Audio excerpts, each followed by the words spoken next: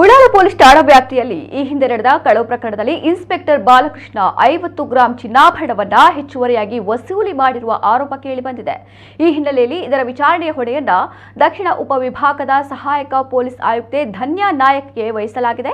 2024ರ June 28ರಂದು ಉಳ್ಳಾಲದ ಮನೆಯೊಂದರಲ್ಲಿ ಚಿನ್ನಾಭರಣದ ಕಳವಾದ ಬಗ್ಗೆ ದೂರು ನೀಡಲಾಗಿತ್ತು. ತನಿಖೆ ಕೈಗೊಂಡ ಇನ್ಸ್ಪೆಕ್ಟರ್ ಬಾಲಕೃಷ್ಣ ಪಿಯುಸಿ ವಿದ್ಯಾರ್ಥಿ ಸೇರಿ ಇಬ್ಬರು ಅಪ್ರಾಪ್ತರು ಮತ್ತವರ 3 ಗೆಳೆಯರನ್ನ ಬಂಧಿಸಿ ಚಿನ್ನಾಭರಣಗಳನ್ನು ವಶಪಡಿಸಿಕೊಂಡಿದ್ದರು.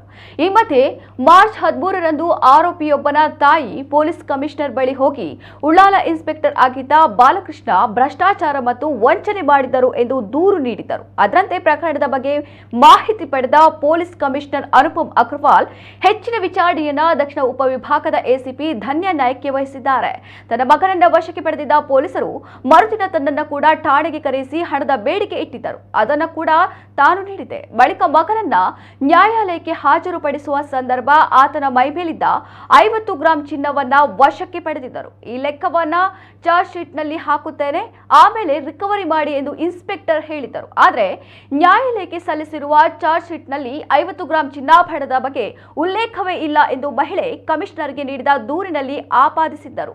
ಸುದ್ದಿಗಾರರ ಜೊತೆ ಮಾತನಾಡಿದ ಪೊಲೀಸ್ ಕಮಿಷನರ್ ಅನುಪಮ್ ಅಗ್ರವಾಲ್, ಆರೋಪಿಯ ತಾಯಿ ನನ್ನ ಬಳಿ ಬಂದು ಆರೋಪ ಮಾಡಿದ್ದು ನಾನು ವಿಚಾರಿಸಿದ ಬಳಿಕ ಹೆಚ್ಚಿನ ವಿಚಾರಣೆಗೆ ದಕ್ಷಿಣ ಉಪವಿಭಾಗದ ಎಸಿಪಿ ಧನ್ಯಾ ನಾಯಕ್ಗೆ ಜವಾಬ್ದಾರಿ ವಹಿಸಿರುವೆ. ಅವರು ವಿಚಾರಣೆ ನಡೆಸಲಿದ್ದು ಅದರಲ್ಲಿ ಸತ್ಯಾಂಶವಿದ್ದರೆ ಮುಂದಿನ ಕ್ರಮ ಕೈಗೊಳ್ಳಲಾಗುವುದು ಎಂದು ತಿಳಿಸಿದ್ದಾರೆ.